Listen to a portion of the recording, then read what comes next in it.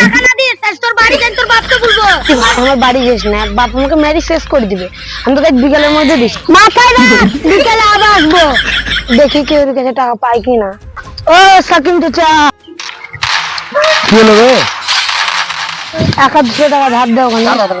মরে যাবো। তারা কেন রে? রিভাইভ দাও ভাই, রিভাইভ দাও। এই যা, শালা মরে গেলাম। বল চাচা 100 টাকা ধার দাও ওখানে, কি করবি তুই টাকা? দরকার ছিল। তো কবে দিবি বল? দিব, তুমি দাও ওখানে ধার। দিচ্ছি, কিন্তু দিতে হবে আমাকে তাড়াতাড়ি, বুঝলি না? ঠিক আছে, কবে দিবি বল? নিবই না তোমার টাকা, না কেন নিবি না ভাই? নিতে হবে, নিবি না বলবো কথা, কেন নিবি না? আমি নিবই না। কেন নিবি না? কার কাছে নিবি?